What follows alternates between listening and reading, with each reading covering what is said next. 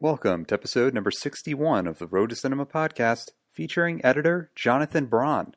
As we discuss his work with Orson Welles in the early 1980s, Jonathon shares with us his personal and professional experiences with Orson Welles, which includes The Other Side of the Wind, which is the final film that Orson Welles shot, and which was attempted to be completed last year by a crowdfunding campaign on Indiegogo. We'll discuss the many attempts to complete The Other Side of the Wind over the last 30 years, as well as some interesting filmmaking lessons that Jonathon learned from the Oscar-winning filmmaker behind Citizen Kane. Also, if you'd like to learn more about Orson Welles, you can check out some other episodes on the Road to Cinema podcast on iTunes and jogroadproductions.com. Those include author Josh Karp discussing his new book, Orson Welles' last movie, The Making of the Other Side of the Wind. We also have an interview with Philippe Jean Rimshaw, who discusses the crowdfunding campaign that was put together last year in an attempt to complete The Other Side of the Wind. We also have past interviews with Peter Bogdanovich, a very close collaborator with Orson Welles, as well as Henry Jaglom, who discusses the book My Lunches with Orson, and author F.X. Feeney, who also has a book on Orson Welles called Orson Welles, Power, Heart, and Soul. For more information on the Road to Cinema podcast, to read the Road to Cinema blog, and to watch our Road to Cinema YouTube series, please visit jogroadproductions.com. And remember, you still have a chance to win Final Draft screenwriting software from Road to Cinema, but our contest ends within the next few weeks, so please listen up. You can follow us on Twitter at JogRoad, follow us on Instagram at JogRoad Productions, subscribe to our YouTube channel, JogRoad Productions, like us on Facebook, Jog Road Productions, and write us a nice review on the iTunes podcast page under the Road to Cinema podcast. Do all of the above and you'll have a chance to win a free download of the Final Draft screenwriting software, brought to you by Road to Cinema and our friends at Final Draft. And now we join editor Jonathon Braun as he discusses his initial experiences with Orson Welles and how he got the job working for Orson Welles as an editor. So originally, I think he hired me. He'd brought back, or he'd brought together all of his stuff, prints and videotapes, 16 millimeter, 35 millimeter, whatever he had. And so my first job was to organize all that stuff, so that everything was together on shelves, and it was a lot of stuff. Now this is from like multiple film projects. Oh, yeah. Not, Other Side of the Wind, probably The Deep. And The Deep was in there. Yeah. There was the Orson Welles Notebook, I think it was called, a BBC documentary series. And Don Quixote. All the magic shows, the videos I told you about, Was it that Muppets. Pilot? Yeah, that with the Muppets and Burt Reynolds and all that stuff. And Angie Dickinson. Yeah. Burt Reynolds was hot, but Angie Dickinson was hotter. So I just wanted to see what he was doing with her. She's great. And his favorite was Fozzie Bear. He loved Fozzie. Did he have a great passion for Jim Henson for what he was doing? Or not? No, Orson is, the thing about Orson was that he was an entertainer. And he wanted to entertain people, so, if the Muppets were popular, then he was involved with them, I don't think he was, the craft wasn't important to him, but the way they related to people was, and he liked interacting with them. So he was definitely looking for things that were in the popular culture at that time, where he could kind of connect with it in a sense. I think for the TV stuff, yeah. Yeah. The movies, of course, then he was on his own, and he was doing stuff, that storytelling that he believed in and he felt strongly about. But as far as television was concerned, I think, it was just him wanting to entertain. Yeah. I can't think of another reason he'd want to work with the Muppets. So he was looking to sort of get, sort of a successful television show off the ground, sort of get himself out there in a business sense and in a, in an artistic sense, even to get other projects going, probably using that collateral to push the... I think so, and he also had a friendship with Angie Dickinson and Burt Reynolds, and, I think he thought, well, television, let's bring, some celebrities together, and, people would like to see it. I don't know whether it ever aired or not. Yeah, I just know, just from finding it like on YouTube and people kind of passed it around, but I don't know. I mean, do you know if he did it for like a network or he did it like on spec, like kind of off the grid, or? That's a good question. I don't know. It was before I knew him, probably 10 years before, or 5 or 6 years. They shot it. And Gary Graver, was he the DP on that too? I think? Probably. Well, that was a television thing, so I don't know. But, Gary was involved in most everything. So what was sort of like the initial spark that sort of got you working with Orson? Was it like a job you applied to, or was it... Yeah, actually he was shooting... All right, it goes back a little bit. A guy named Principe Alessandro Tasca di Cuto, I've mentioned him to you. He was the producer of a feature film that I did. Actually, he was the film financer, the film guarantor, and they, I guess, took it over or something. Anyway, I worked with him on one project. He recommended me for another one, and while I was doing that, I knew him through my father, who's been in the business for a while. They had known each other, and Tasca, as I said, was quite elderly at the time, 80-something, but he was strong and he was doing stuff, and he would call me from time to time and say things like, "John, where can I get a circus tent?" I'm like, "What? You know everything in this town. Where's the circus?" I said, "What's this for?" He goes, "Oh, I'm doing this thing with Orson." And I said, "Well, I want to work with Orson." No, you're too young. You don't have enough experience. And this went on for a couple of years, actually. And finally, he knew that I had access to a chem, editing system. Like a flatbed editing, Yeah, the one that everybody was using at the time. And because I was working out of this production company in Hollywood. And so one day he called me up and he said, "Okay, it's time. I'm going to give you an opportunity." And I said, "Really? What? With Orson Welles?" I said, "Oh, wow." He said, "Yeah, here's what I want you to do. I want you to go to the lab, pick up," I think Orson was shooting something called, oh boy, it's escaped my mind. It's a Isaac Dennison movie. Story. The Dreamers. Yeah. The Dreamers. John Moreau, I think. Oh, yeah. Okay. In the backyard. So he said, "Go pick up the film at the lab and go pick up the sound over at the sound house." In those days, film and sound were done separately. And, put it together and then bring it over to Mr. Welles' house when you're done. So you were like syncing dailies this way, yeah. At least that's what I thought he meant. I mean, that's what he thought he meant. Yeah. But I didn't know that's what he meant. So I took the stuff back to the editing room. I synced it together. And then there were script notes, like what takes, circle takes, and things like that for what to print. Yeah. So when he said put it together, I thought he meant put it together. So I did an assembly of the scenes that he had shot and packaged it up, went over to Orson's house and dropped it off. And, well, I knocked on the door, and Oya opened the door. Oh, my God, what a vision of beauty, and I was stunned. And she said, "Yes." And I said, I'm John Braun. I'm down. And I have the film for Mr. Welles. "Oh, okay, hold on. Orson! The cutter is here." I hate that term, by the way. Don't ever say that to an editor. Cutter. A cutter. Is that kind of derogatory? Yeah, he's a guy who just cuts stuff. It's like and he said, "I don't have time to see him now. Just tell him to leave it.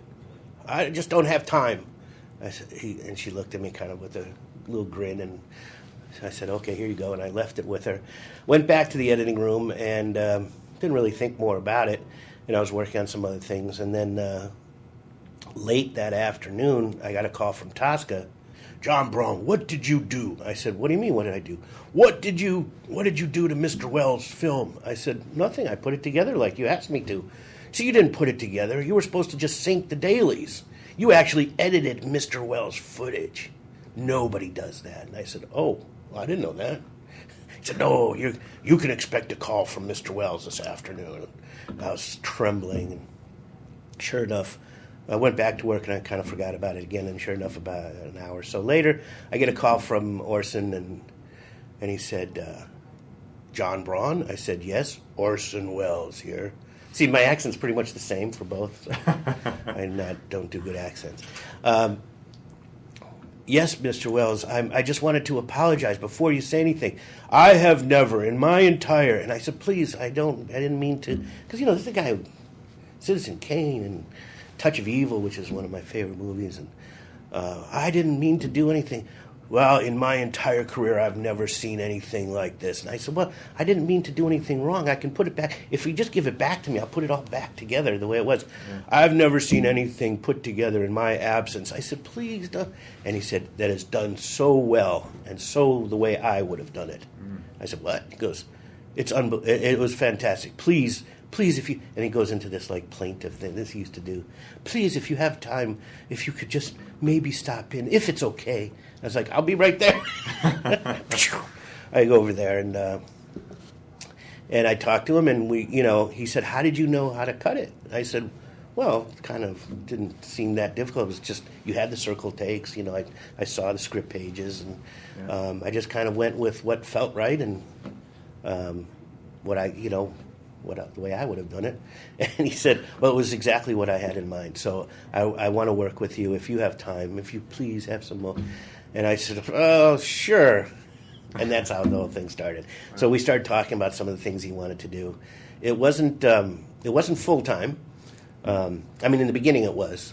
It was full-time for a few months. And were you on as an editor, or were you sort of doing a lot of different tasks? Right? No, just editing, but at first it was library stuff. Looking in boxes that weren't labeled, figuring out what the stuff was, and then organizing it, labeling it, putting it. We had a whole color code scheme that was crazy, and so putting all the projects together. But during those few months, I had an opportunity. I would put something on to look at, just to figure out what show it was, what project it was. But it was, so much of it was fascinating that I ended up spending most of my time just watching it. And this was a range of projects from Don Quixote, The Deep, Dreamers, probably Other Side of the Wind. Oh, definitely. At that point as well, yeah. There was a lot of wind stuff. Magic show. Something he did with, who was it? Mickey Rooney and a bunch of other people called the One Man Band. He shot with Mickey Rooney at that time period? No, this stuff was all done prior. So it went back as far as the early 50s, or whenever Don Quixote was shot. I think it was in the 50s or 60s maybe.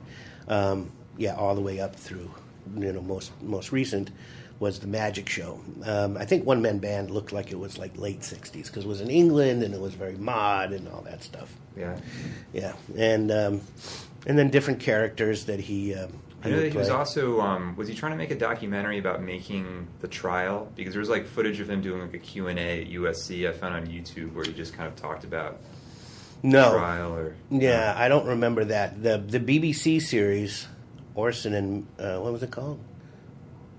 Orson Case? No, I don't remember. Or Making Othello? Or is that a different? It wasn't. It was a TV series in England that he had shot. It was basically interviews of him, black and white.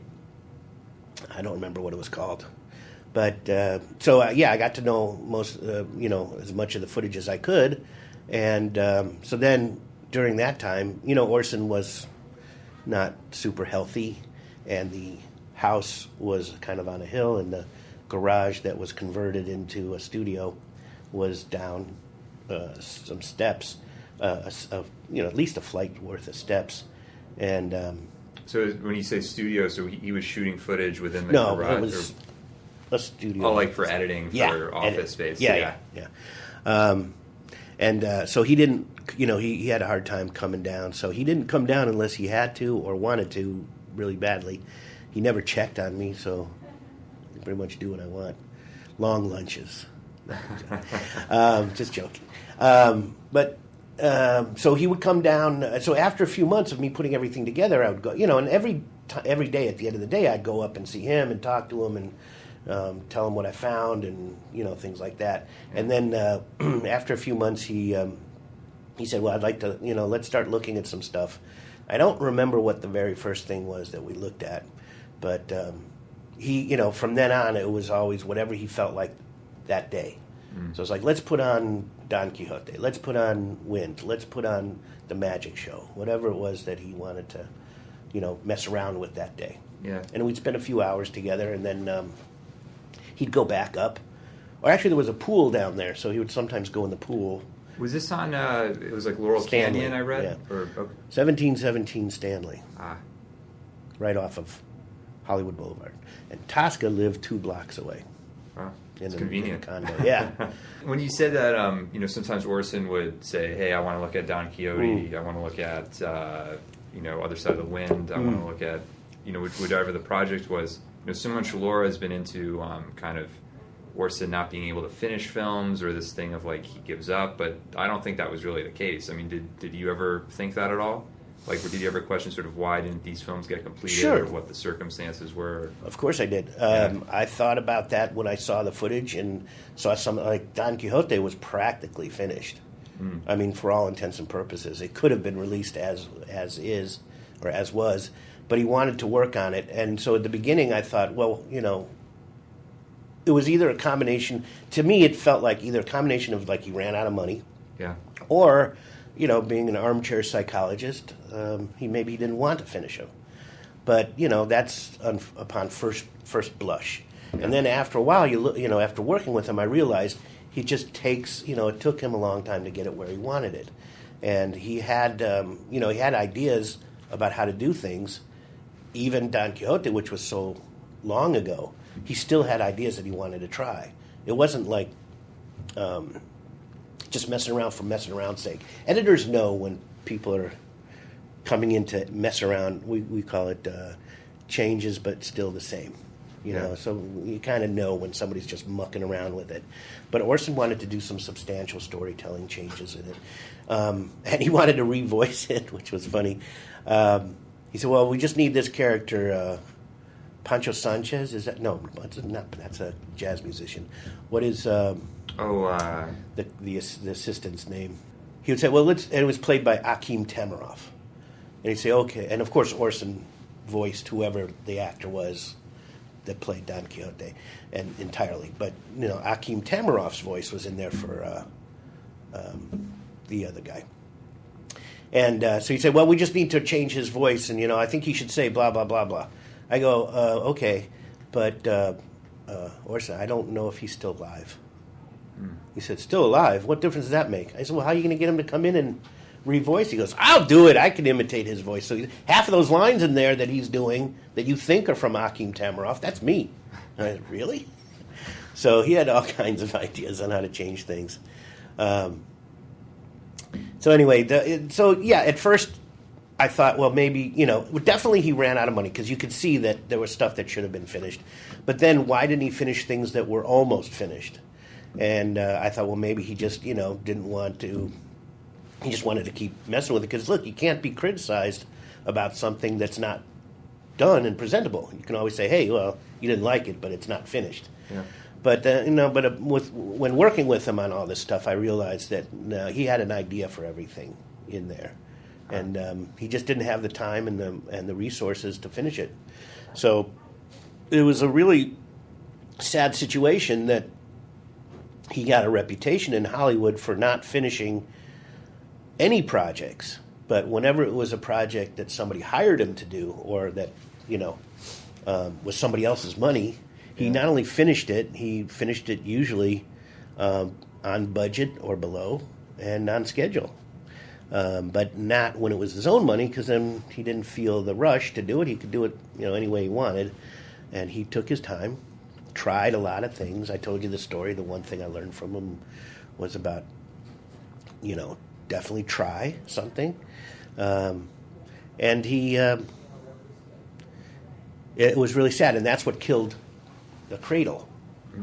project. It was the very last one. Yeah, I first read about that. There was a book called My Lunches with Orson, which is Henry Jaglom, who was friends with Orson at the time. Sure. They had these lunch conversations, and they were transcribed, I think, by Peter Biskind. And I don't know who that is, but in the book, it was mentioned. Well, Orson mentioned the conversations like, I want to do Cradle of Rock. Yeah. Go back to my roots in the theater, and then for some reason the project is kind of disintegrated. But you were there from kind of the inception. Oh yeah, wow. The very inception. So he had written the screenplay, and he had notes, and he knew exactly. No, he didn't write the screenplay at first. Ah. The screenplay. So the guy, Michael Fitzgerald, was the executive producer of Under the Volcano with John Huston. Yeah.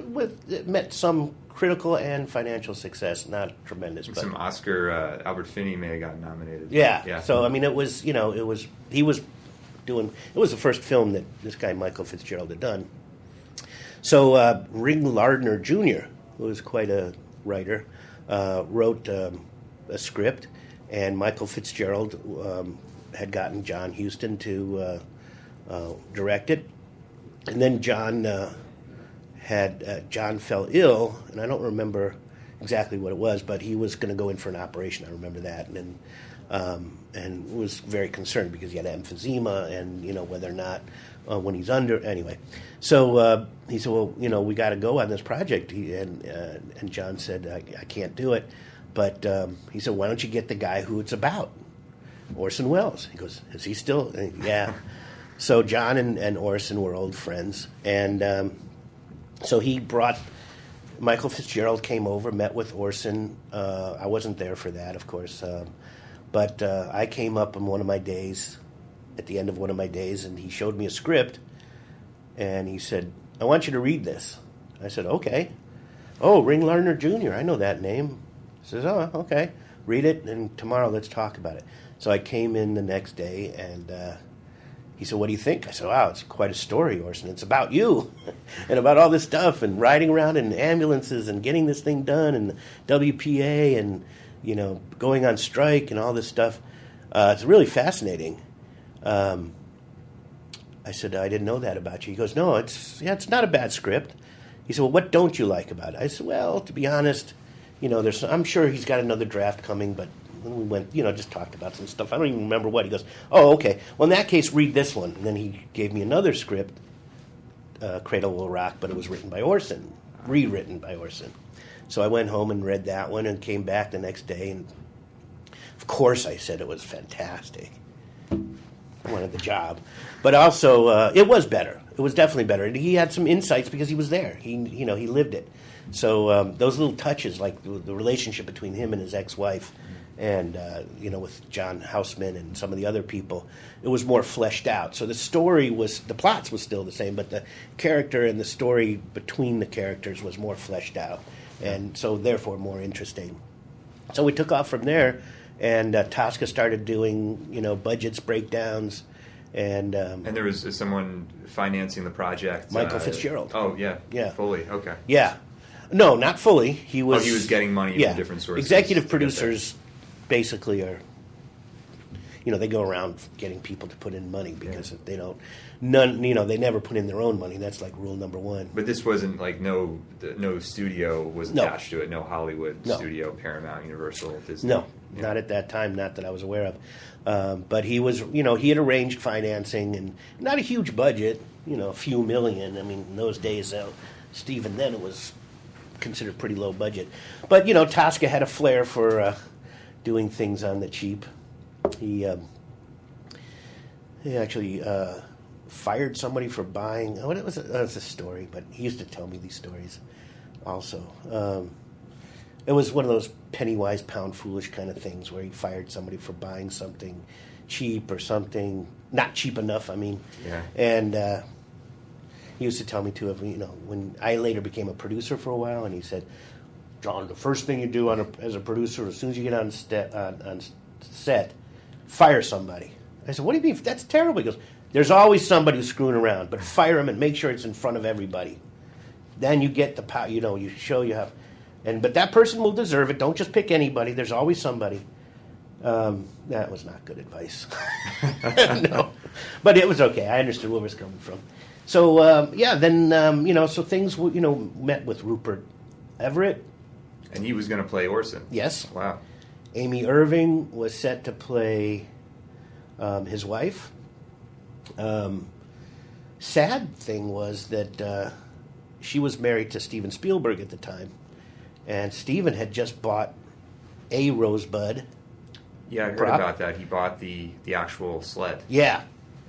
And, but when, I don't know if Orson cast Amy Irving because of that, because of the relationship with Steven Spielberg, thinking, hey, this guy will put, but he was asked to invest and said no. Steven Spielberg was asked to invest in the movie. At least this is the story I got. Was John Landis ever attached as a producer? I read that somewhere. Not that I'm aware of. I mean, don't forget, afterwards it went through other incarnations until Tim Robbins did his version. So, you never know. But Spielberg was at one point asked to come on either credited or just... No, just to invest. Just to invest. Yeah. But you put up money, you bought a sled for I don't know how much money. Mm-hmm. So I think Orson's thinking was at the time that, hey, now you can put money in the real thing. But somehow it didn't happen. Now, I don't know whether that, how true any of that is, but that's what I heard around the house. Yeah.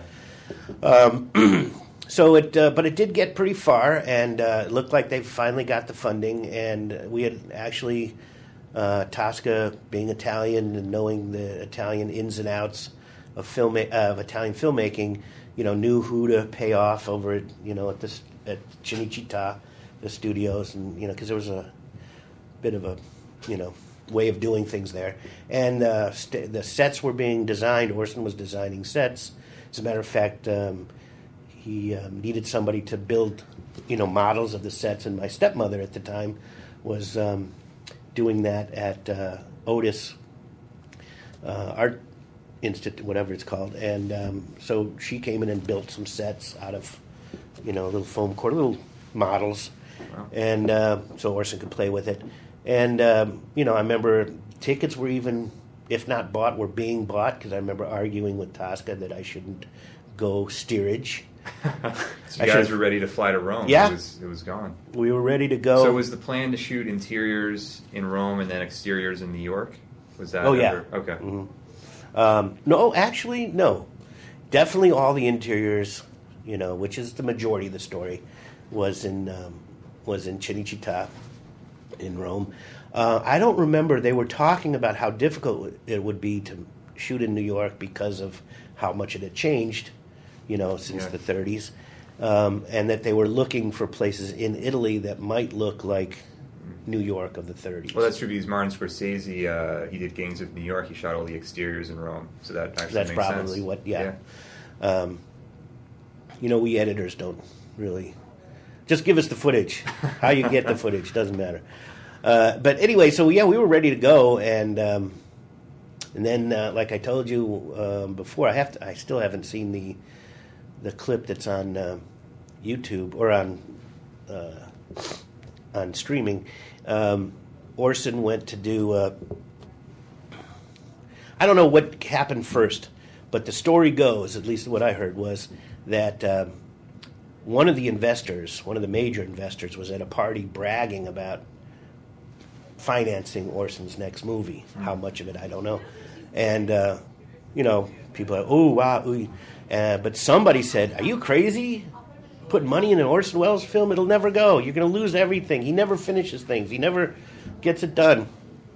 And he backed out. And one night, Orson, I think it was either just before, probably just after, he went to Merv Griffin to do a spot on there. He used to do routines, magic routines, and things like that. And he was talking about it. He had lost a lot of weight because he was getting excited about going. So he actually, he looked older, but he looked, better health. So then that night is when he came home and had a heart attack and died. So, don't know if it happened just before or just after that, but it did happen the day before he died, the morning. That the money and the investor pulled out. Yeah. that was the So Incredible Rock. we always said, he died of a broken heart because, I mean, this was his last, he was almost 70 and his health was not good. And I know 70 seems young now, but for a guy that lived like Orson lived, 70 was not young. I think a few years earlier he had tried to get a big brass ring off the ground, and that also fell through as well. So it was... Yeah, I don't know how far. That hadn't gotten that far. I had read the script, which today is, you look at it, I think somebody made it into a movie. Yeah, it was sort of readapted by, I think, George Hickenlooper. Oh, yeah, that's right. And he did it with, like, William Hurt. I think it's William Hurt. Very, very different than I think what the actual Orson script was. I read the published version of it. Yeah. But, I think that was like a passion project. They kind of wanted to take this lost Orson Welles script. But I know from reading, like, they had Arnold Milchan attached to possibly finance. They were reaching out to actors. Orson was, for the lead role, like Jack Nicholson, Warren Beatty, Burt Reynolds. But apparently everybody passed. So sad. It was unfortunate. Yeah. I mean, I remember reading the script at some point, and it was. Yeah, I enjoyed it. I don't remember any activity on it, so maybe that was before my time, or maybe without me knowing about it. And at that time, was he still very passionate about The Other Side of the Wind? And because there was the whole thing of I guess the main financier was the son-in-law of the Shah of Iran, and of course the Iranian Revolution happened in the late 70s. Yeah, that'll put a dent in your plans. So that supposedly locked up all the footage in France. Locked up the negative. Locked up the negative in France. Oh, wait a minute. It definitely locked up the negative. Negative was stuck in a lab. Where it still is today. It still is today. Yeah. Somehow... Oh, boy, now I don't remember the story exactly, but I remember footage, cans were coming in from all over. He had reached out all over Europe because he had been cutting stuff in France and Italy and, wherever he was, Yugoslavia, now Croatia. And he said, I think some of it, they finally got some of it back from France because I don't remember the exact story now. Somehow it was he kept it separate from the negative, the ownership of it. So I don't know exactly how that happened, but I know some of it did come back from France. But that was probably stuff he had on hand. So it was a mixture of 35 millimeter, 16 millimeter. It was really when we started doing that one. That's when he started to it was one of the later ones that we got to.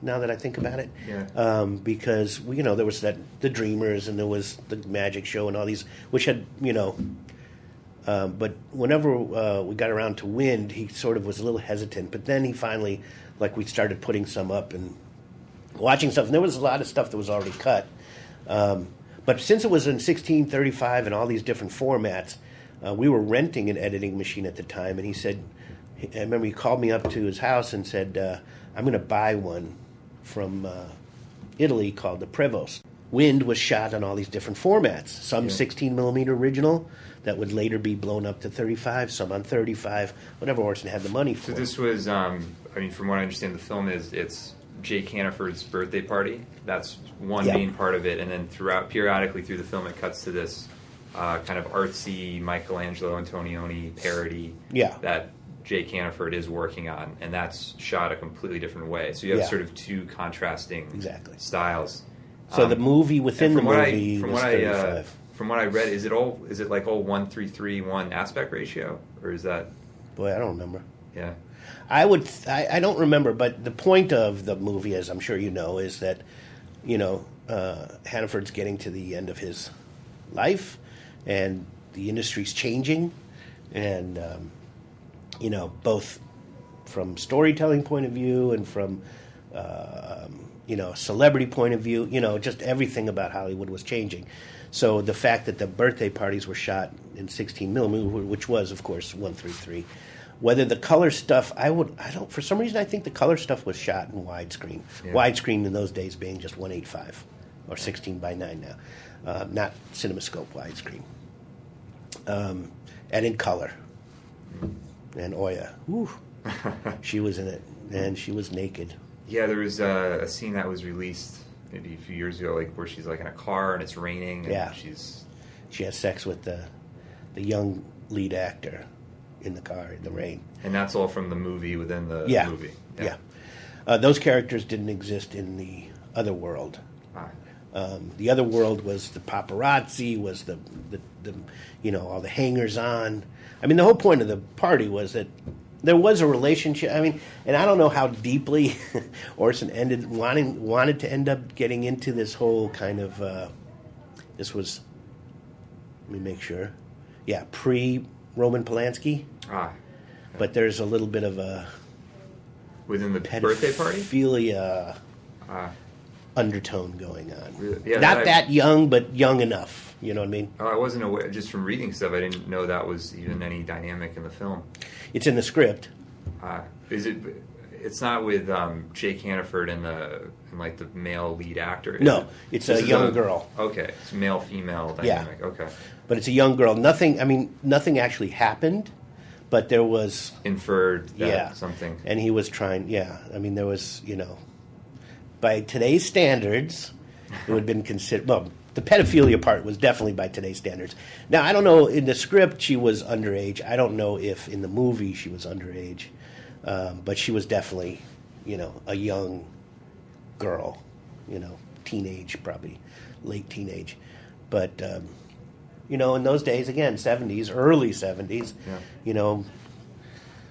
we think of it being so, groundbreaking at the time, Easy Rider and all this stuff, that it was just freewheeling everything. It really wasn't, but there was a feeling of that. So I think Orson was shooting stuff very freewheeling, very kind of, off the cuff. Like I was reading in the Josh Cart book. He mentions in that Orson would shoot, like, for example, some this is all being one scene. Like, he would shoot somebody's close up, and then he'd just stop, and then he'd wait a year, and then find the actor that would play the other role, and then shoot him close up, and then shoot inserts of it. So he never shot like the whole, like a master shot of anything. It was just it was all over the everywhere. place. Yeah. So that must have been difficult just to assemble things, sound, picture-wise, just continuity. Well, like I said, the good news was that there was a lot of it that had already been cut. Yeah. Over the years, in France and Italy, wherever he was, he would pull it out and work on it. Excuse me, but he. So most of the time we worked together, it was kind of recutting stuff. And there was some footage that hadn't been touched yet. I don't know why we never got to that stuff. I think. Did you view the footage, or you just didn't? Me personally, yeah, I looked at everything. Sure.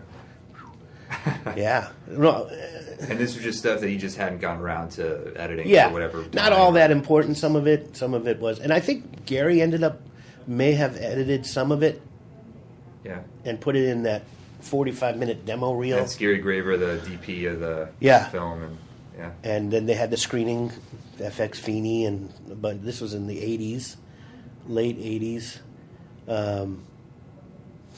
They had a screening at some private screening room, and investors came, and I went with Tasca, and when it was done, 45 minutes long or something, when it was done, we sort of looked at each other like, oh my God, this doesn't make any sense. It sort of goes to show you that, sort of, you have to, even if the footage is great and the performances and everything else, you still have to, like, sculpt the movie to make it, make sense in a way, Oh, for sure. Yeah. I mean, Orson even would say that the script is a blueprint. How you build the building, you might have to change a few things as you're building the building. Yeah. But, the script is the blueprint to, and it's got to be a good blueprint. Or was it foundation? Well, anyway, some metaphor. And but yeah, when you're in the editing room, you got to make choices about what's going to make the scene really come alive and what's going to make it make sense. Yeah. And you told me the Gary Graver cut that was shown at that screening, it was not the first 45 minutes of the film, it was just different portions, like different sequences from all over the place. Right. Yes, it was. It made no sense. It also goes to tell you that if you're a DP, stick to being a DP, and if you're an editor, maybe. Anyway, or a director. But Gary kind of thought of himself as a director. He ended up directing some ultra low budget movies, not all of which got rated by the MPAA. Well, I know he did some like adult, adult film pornos work in there. Yeah. Well, that's all right. They made money. Yeah. And then he made this documentary I found at a place called Cinephile Video over in West LA. I think it's called like Making Orson Welles or something to that effect, where he like interviewed like Frank Marshall and Peter Bogdanovich. Oh, really? He maybe this was in the late '90s or something. He released it, and it just has like little pieces of stuff. I don't think any other side of the wind footage, but they just kind of talk about it a little bit. Well, I mean, he was. Yeah, I'd be interested to see that. Gary worked on just about everything. Oh, working with Orson Welles. That's what it was called. Yeah. I'll have to look for that. Found out, by the way, Josh Karp is from my hometown. Oh, really? Glencoe, Illinois. Wow. So Did you have a chance to look through any of the book? No, I didn't. But I did read some reviews of it, and I think I'm going to call him because we're both from Glencoe. Yeah, you got that connection right there. And ask him why he didn't call me. But I'm pretty sure, judging from what I've read about the book, is that it was more about the making of and the financing and the making of the production. So I think it kind of, I don't think it has a lot to do. You read it, right? Yeah. Did it have much to do with the editing or anything? Or yeah, I mean, it goes into sort of the post-shoot and all the drama that happened afterwards. Afterwards, or right after it. But it not goes the up, 80s. Well, yeah, it goes up to his death. Oh, really? Yeah. Well, then he should have. Fucker Should have called me. Yeah. And he interviewed what's her name? Oh, yeah. I was going to say an assistant that worked with Orson in the 80s, who was the wife of a screenwriter named Jack Epps, I think. Oh, no. That's not who I think of. But, so that's why I was kind of surprised that he didn't, Yeah, well, now I'm pissed off. I'll give him a call and ask him and see. But in the new version that he publishes, maybe. Yeah, right. An addendum. Yeah. That'd be nice. It'd be a footnote again. But it was. But the footage, like I said, was really fascinating and interesting to see. Having watched the footage first, and then to see what Orson wanted to do with it, was both like interesting and fascinating, but also very educational. And for me, because being a young whippersnapper, I think I told you I was kind of full of myself. Big time editor at 24 years old, same age Orson was when he made Citizen Kane. That wasn't lost on me. But anyway, so I thought I knew a lot. I'd been to film school. I'd been, graduated from UCLA. I'd actually gone to USC 1 year in the film department, and too expensive. Moved over to UCLA, much better program. I thought I knew a lot, but one thing Orson taught me was humility, and that there are people out there that really know what they're doing and not think they know what they're doing. So it was really fascinating and quite an education to work with him on that stuff. Now, we never really finished any. We work on scenes, scene by scene. We cut a bunch of stuff. I mean, a lot of it had been cut prior, and I'm sure some of that was in Gary's. But it was such a mess. I mean, the story didn't make sense, and the interrelations didn't make sense. The party made no sense. I mean, I have like 5 different versions of that script that I've gotten along the way, and they're thick. They're really thick.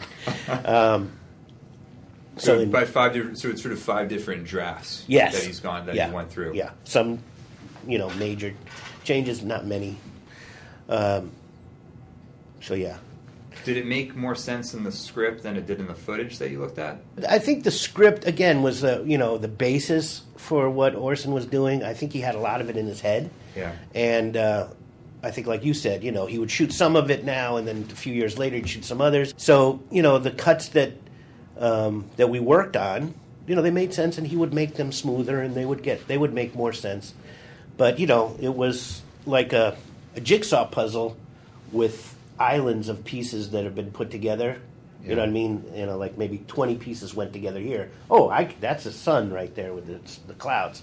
And then over here's the horse but there's all this stuff in between that we hadn't gotten to. And now, interestingly, when I talked to Peter about working on it, nobody had really thought this was ever going to get finished for many years. And so this was sort of like down the road, like what they did, the sort of the Showtime deal and so all when, that stuff. So yeah, when I found out that this was going on, and Peter called, and I went and had a meeting with him about it, and the footage was being transferred to video, to digital. Now, by the footage, you don't Print. mean the footage from France. No. You just mean the footage that they had here. The print. Who had possession of that material at the time? Was it Oya? Oya, okay. Well, Sasha through Oya. Sasha is Oya's nephew. And Orson's nephew, legally, somehow, I don't know how it happened, but Orson kind of adopted him somehow as a nephew or something. I don't know exactly so he's not blood to Orson, then? Not blood, no. Okay. Looks like him a little bit. Yeah, because I read like press reports that come out about like the other side of the wind deal. Yeah. And he keeps it Sasha Wells, and I keep his last name is Wells. He had it officially changed. That's interesting. And he was in as a little child. He was in F is for Fake. He was the kid at the train station that gets the coins in his hands. Oh, wow. So anyways, I'm there, and the stuff is being transferred, and looked like it was going to happen. And the Showtime deal is not a lot of money. It's not a big production. So I knew they didn't have a lot of money to hire people, and I offered to work on it for, basically expenses, because I just wanted to work on it when it was done. And I said, look, I don't know if it's serendipity or if it's, fate or whatever, but my training over the last 10 years doing reality TV, because I'd gotten into television, movies of the week were first, and then episodic, and then reality. I read you did Survivor, The Apprentice, really big shows. Yeah. I was trained to look through footage to find stories and to, create scenes out of seemingly meaningless stuff.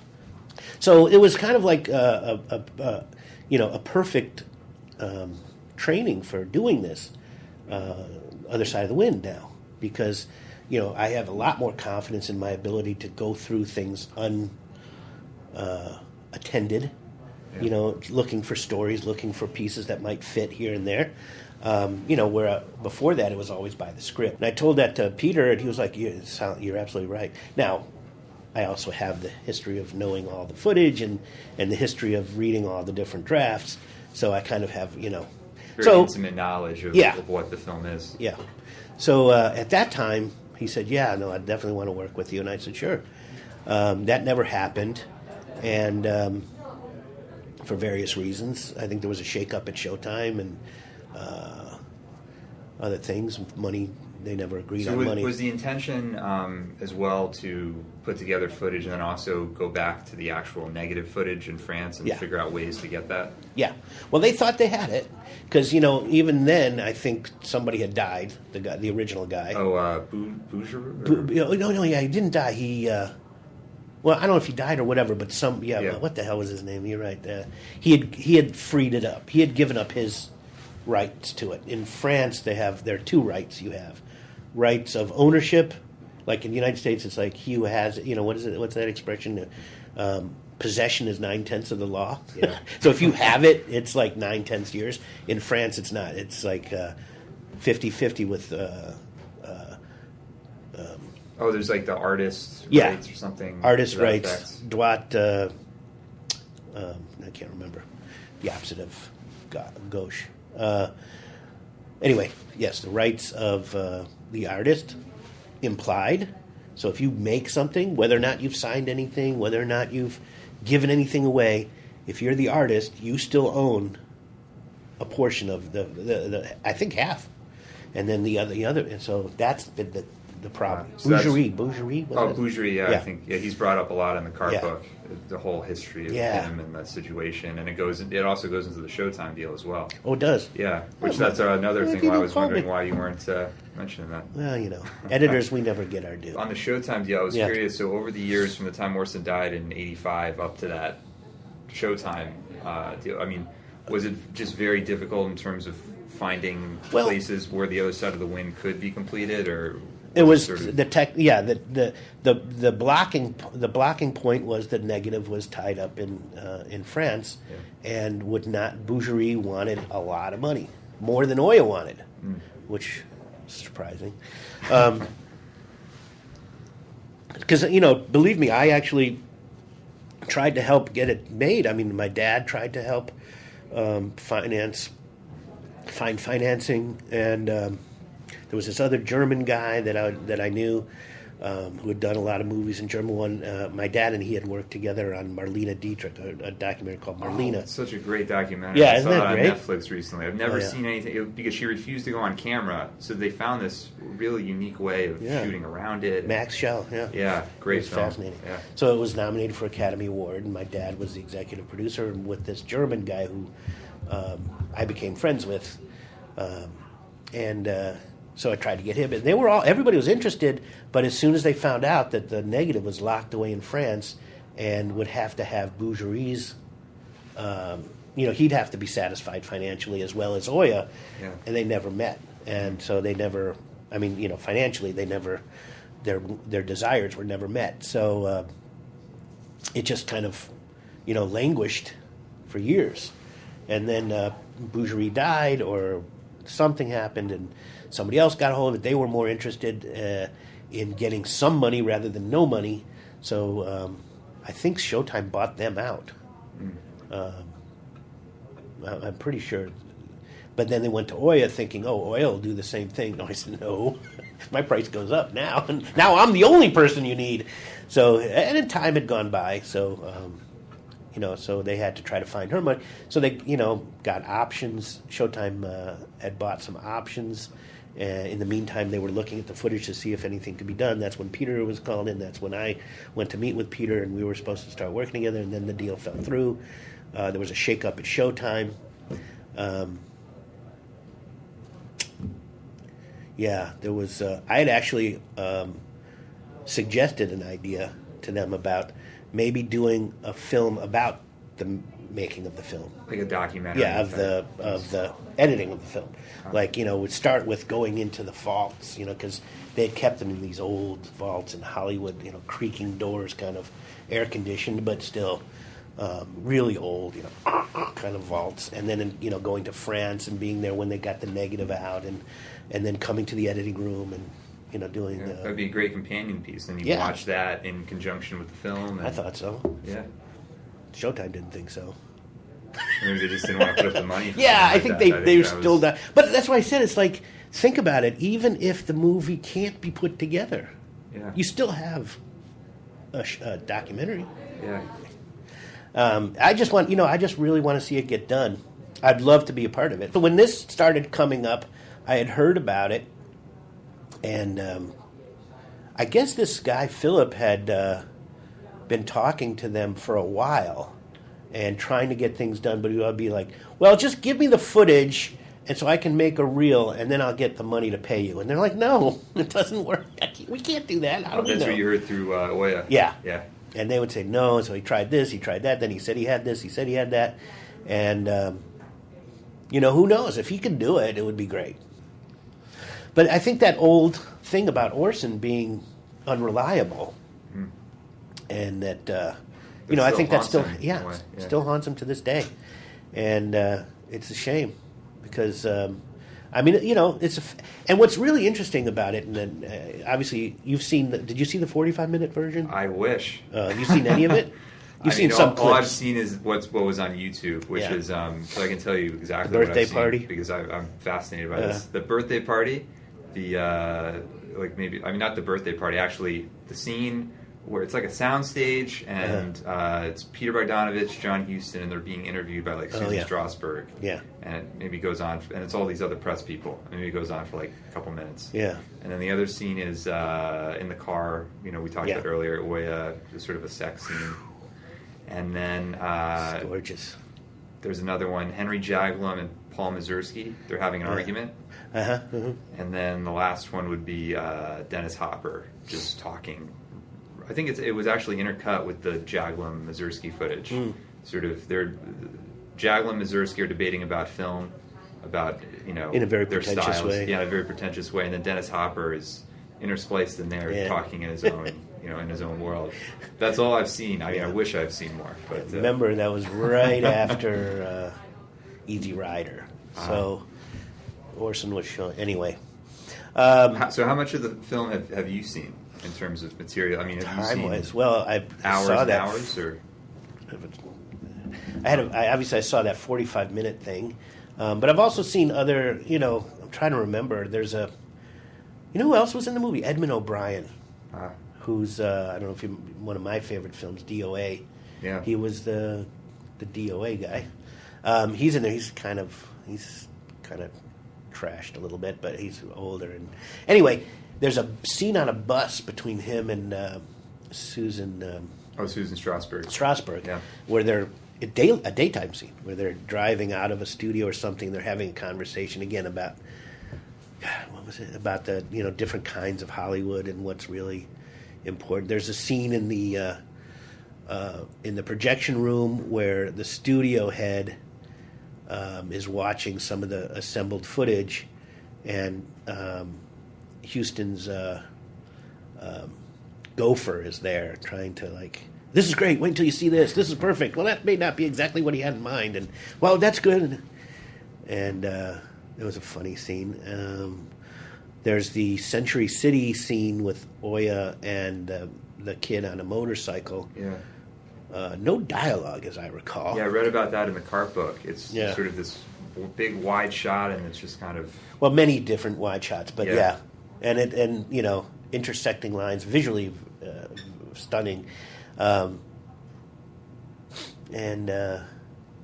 Let's see, I don't know, boy, I can't remember everything. Of course, the party scene, and there's some, I don't know. It's just, again, it's like that jigsaw puzzle that has sections done. Yeah. So it's hard to remember everything. Did it seem to you like the how are the movie and the movie scenes? I've always wondered. I mean, how does it come up that they appear? Is it just sort of arbitrary that they suddenly you're watching the birthday party and now we're inside the movie in a movie? Or in the script, or at least one of the versions, the guy, the studio head, is watching the movie within the movie. So that was the device Orson used to transition. Between, In practice, Orson tried, again, remembering the time. This was the early 70s, where, modern American filmmaking was being done. So you would do anything. I mean, people were jump cutting and flash framing and doing, flashbacking and doing all these weird things pretty much for the first time. He would try, just because one was color and the other was black and white, became pretty apparent that one was this and one was that. So he would try to go directly. So was some of the birthday party sequences, were those in black and white at all? Or yeah. That I didn't realize. Yeah. Is it, most of the birthday party black and white, or is it? I'm pretty sure if it was color, he was going to print it in black. I thought it was going to be, and again, it's been 30-some years, so, or almost 30 years, and talk about 30 years like it's nothing now. Anyway, I think the intention was that all that was going to be black and white, and then all the...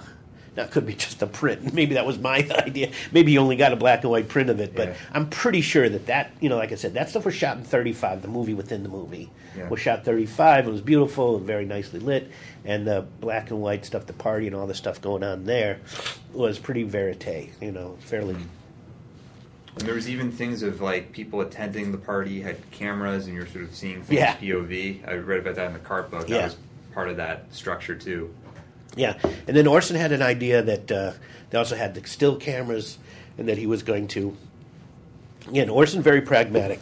If we had the audio for something but not the picture for something, he'd say, well, what we should do is we'll order, because you have to buy you have to make them in those days. We'll order a freeze frame of that picture and make it like a snapshot, like as if it were from a still camera, and we'll just keep the audio playing underneath it. And that way we can get the story points we need in there, and he can put new dialogue in. Orson was, big on adding dialogue and changing dialogue. And he told me an interesting story about Kane. He said, a lot of people. Well, somehow we started talking. He said, the low ceilings, the perspective and all that was highly acclaimed in the movie. And I think I remember asking him, I said, how did you come up with that? Was that Greg Toland? He goes, well, it was Greg Toland because I didn't care. I said, what do you mean you didn't care? He goes, I'm from radio. All I care about is the audio. You know, make sure you can see the person and the audio. And I said, do whatever you have to do to get the microphones as close as possible to the people's voices. So if they put the microphones lower, if you put a low ceiling made out of muslin, you light it, it'll look solid, and the audio goes right through it. So the microphone's right above people's voices. That's how I get good audio. So, Orson was very involved with the dialogue. I mean, he taught me something, which, again, I told you one story that he taught me about, try it. But another one was a film is about the audio before it's about the visual. It's about the dialogue. Make the dialogue work, the visuals will come along. You'll find a way to make it work visually. Yeah. And most people, they cut the picture first, and then they make the audio come along. But it's the other way around. Wow. That's interesting. Yeah. I know he was always experimenting with, he would shoot, wild pieces of audio and then put it in and stuff like that. So that was a huge part of it. And he changed lines. I mean, that's a lot of what we did with... It's what we did with a lot of the older projects. I told you about, like Don Quixote, we did that. Even the TV shows... Not that he didn't like visuals, mind you. I mean, it was the Magic Show was beautifully shot. It was all these different colors, and it was fascinating to see. The dialogue to him was the most important thing. Yeah, I think it's what his roots were. That's true. Yeah, and how the story really gets told. Yeah.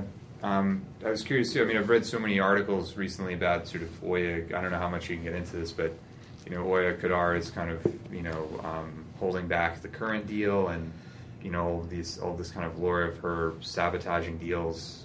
No. Through the years. Do you think that's no? This is stuff that's come out in the press recently. Yeah. So again, remember we were talking before. It's about agendas. Yeah. What would someone's agenda be to do what they're doing? There's no reason that Oya.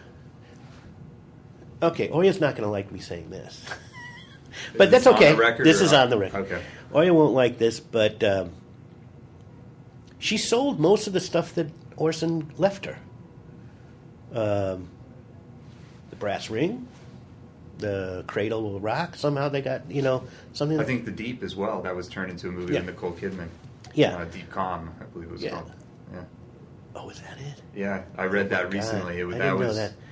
Yeah, that's true. With the guy from Titanic? Sam, I think it was Sam Neill, I think, played the... no, yeah, you're right, Billy Zane. I think so. Yeah. Anyway, so Oya has, and she's given stuff away to museums. She gave the one-man band to a museum in Germany and some other stuff. So she's not only sold things, she's given away things for, philanthropically. What would her agenda be to prevent this deal from going through? Especially if she was going to benefit from it financially and not just a little bit. Yeah. Doesn't make sense to me. So there's no reason why. Now, here's the thing about Oya. Not only was she the most beautiful woman I ever met up to that point, maybe even since, she was also one of the smartest. And she's not dumb. If there's a deal going to be made and people are stand to make a lot of money off of it, she's not going to ask for a pittance.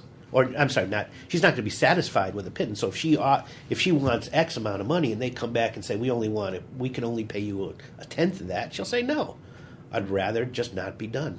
And there's a reason why. It's not just because she wants the money, but she knows that if the movie is going to get made properly, it's going to have to be made by somebody who wants to make it, not by somebody who thinks they got a deal. Because if she gives up her part for a pittance, imagine how they're going to make the movie, finish making the movie. They're going to be doing that. They're going to be cutting corners left and right, and that's not the way to get that movie made. Yeah, finished. I say. That's true. So it doesn't. There's no agenda there. I think it might be. I don't know. I could guess, but I can't imagine.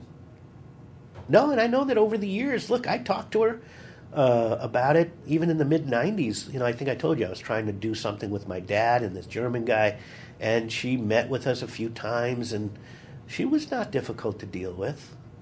Well, I mean, she was very pleasant, and but she stuck to her guns. But she wasn't trying to just a not strong-willed sabotage. person. Yeah, She wanted wants what she wants, and there's reasons why. And it's like I said, she gave stuff away.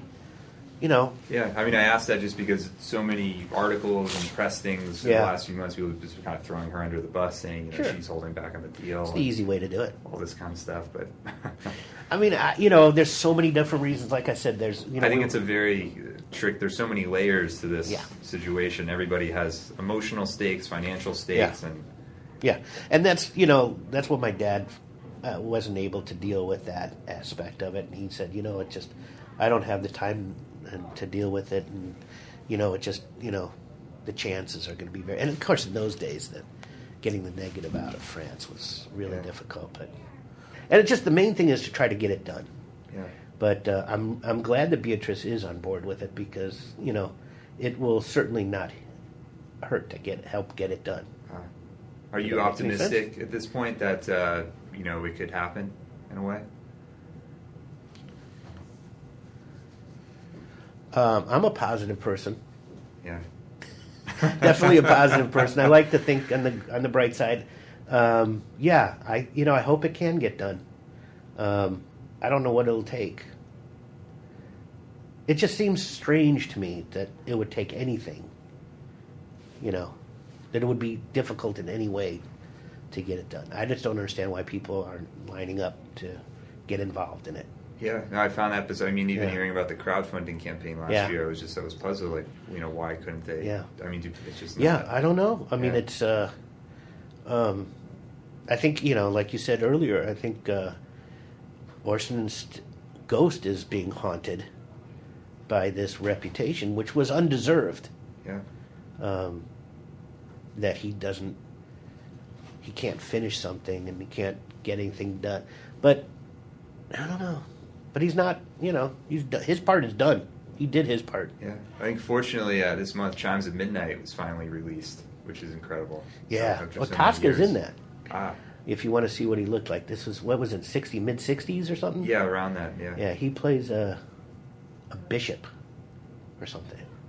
So if you see a bishop with a really long patrician face, that'll be him. But and he's funny. Orson's funny in that. Yeah, he had such a great performance. I think John Moreau, too, was wonderful. God, I haven't seen that in so long. I think I saw it when he had a copy of it somewhere. Yeah, and the battle scene they do on the beach is just visually, very impressive. I'd like to see it. Is it high def? Yeah, I think so. They cool. they did a transfer of it, and they're showing it in different cities. I think it stopped playing in L.A. I didn't have a chance to see it, but they're going to do a DVD release and a whole thing. So great. I can't wait to see it. Lastly, I was just curious if there's sort of like a cherished memory that you have with Orson that sort of comes to mind. Well, we didn't, anybody wants to read more about my experiences with Orson can pick up that book by Peter Tonguette. There's some very funny stories in there. So, anything from, learning about film, and which is it's a hilarious title. Orson Welles, my cinematographers, editors, and magicians. Well, there's one bittersweet and one kind of funny. The one about I remember sitting with him, coming in when he's on the phone and he's talking to some voiceover company, and he's saying that, okay, so I understand the script is I'm supposed to say, and he motioned to me to go write this down, just take notes. I'm like, wow, okay. So I'm supposed to say, if I were that person. No, that doesn't sound right. It shouldn't be. So I'm writing down if that were. No, scratch that out. That should be if I was that person. Because, the word was and word was meant. So I'd scratch out and put down what. And then I'd scratch it. And he's just all motioning and talking on the phone. And finally he was, I'm writing. I have all these different versions of that thing. And finally he says, okay, well, which one do you... okay. All right, that's fine. Click. And I'm going, Orson, no, I don't know which one I'm supposed to write. He goes, what do you mean? Didn't you write down what I'm supposed to say? I'm not going to remember what I'm supposed to say. I said, Orson, you hung up so fast. He goes, Thank God you weren't on Citizen Kane with me. He would have said, Rose what? Rose who? He had a great sense of humor. But the bittersweet one, which was really the real Orson, we used to talk about so many different things because, like I said, and then toward the end, it was hard for him to get down those stairs and to come back. So I spent a lot of time with him in his house, in the living room. And, I'd be done working around 7 o'clock. I'd come up and say, okay, Orson, here's what I did and this and that. And he'd say, sit down, John, let's have a drink or let's talk. And, what's the news is on. You want to watch the news with me? He loved the news and talk about the news things. I still have a passion for the news now, political mostly. Orson was very politically inclined, as you probably know. And then sometimes he wanted to watch WKRP, his favorite show, and laugh, and we'd laugh together. And he'd ask me what's going on with me, and he'd tell me stories about, like, don't make this mistake that I made. Don't take pills to lose weight, because I'm kind of a little overweight, always have been. They made me take the pills, and those things are terrible. And do this and do that. He would give me advice about stuff. And I'd sit up there with him for hours sometimes, until maybe 3-4 hours sometimes. And we'd just chit-chat about nothing. And it kind of, when I'd left, some of me would feel good. Orson Welles took an interest in me. And some of me would feel bittersweet that Orson Welles doesn't have anybody better than me to talk to. I mean, here's a guy who made some of the best movies in Hollywood cinema. And that people aren't just like, he doesn't have like people sitting at his feet, and he's not, teaching. And so it was kind of sad in that respect too. But I'm not sure how much of that was Orson and how much of that was just, he had kind of a strange relationship with, with Hollywood. They didn't embrace him the way they embraced other people. And he didn't really play their game the way other people did. Yeah, you realize at a certain point he sort of took acting roles, and he kind of left to do direct films, outside of the country, and he kind of distanced himself a little bit. Yeah, and he had, I don't know if it was because he had that amazing contract with RKO. Nobody could touch his movie, but certainly Amberson's changed everything. I'm sure that, and the documentary in Rio, left bad taste in his mouth. Yeah. An interesting tidbit that I learned from this conference at Chapman University was that Joseph McBride, who wrote a book about Orson years ago, he actually has a lead on finding the missing Ambersons footage. Oh, really? So I'd love to see that. That's a possibility. Yeah. He went somewhere in Brazil and supposedly may find it. It's a beautifully shot movie and interestingly acted. Of course, that one actor I'm not a big fan of, the kid, but. Otherwise, I'm sort of, I'm just like, Yeah, no, I watched the hour, 20 minutes, and there's all these like moments that are interesting, but then it's sort of how it all comes together. There's obviously, you can tell there's stuff missing. Touch of Evil is Orson. I didn't watch all of Orson's movies before I met him. He was not happy with that. And so sometimes you tell me, they're playing this movie over there, you go see it. Because, videotapes were expensive in those days. The early 80s. And, if they show on TV, he said, don't even watch. So there were a few movies that I'd seen, and I hadn't seen quite a few of them. So he made me go see Touch of Evil was playing, and I love Citizen Kane. It's amazing for everything. But Touch of Evil still to this day is, says so much about our society. The kid that what's his name? That Orson's character framed was guilty. But is that proper? He was successful in his mission, but he framed him and got him killed. So, is that proper? Look at what we're going through now with Gitmo.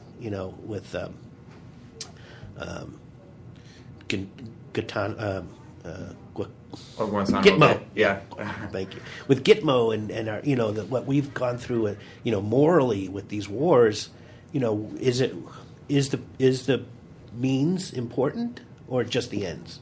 And to this character, it was just the ends. And then also the relationship between the two, Orson's character and his partner, the love that two men felt for each other, but yet he had to try to set him on the right path. Yeah. And it ended up killing him. I think what's interesting, him handling that material, because I believe he was sort of like a director for hire in a way. I feel like in the hands of somebody else, it wouldn't have had that complexity that you I don't know. now. I don't think so. And it just, it just is stunning to see the relationships that go on. And there's some amazing stuff, the funny stuff between Janet Leigh and... crazy stuff at the motel. Yeah, that's there's what I'm talking about. That stuff's crazy. And then, and Marlena being in there, and the thing she said about him is, was pretty much his epitaph, which is, what do you say about him, man? He was quite a man. And that's what you kind of say about Orson. What is there to say about him?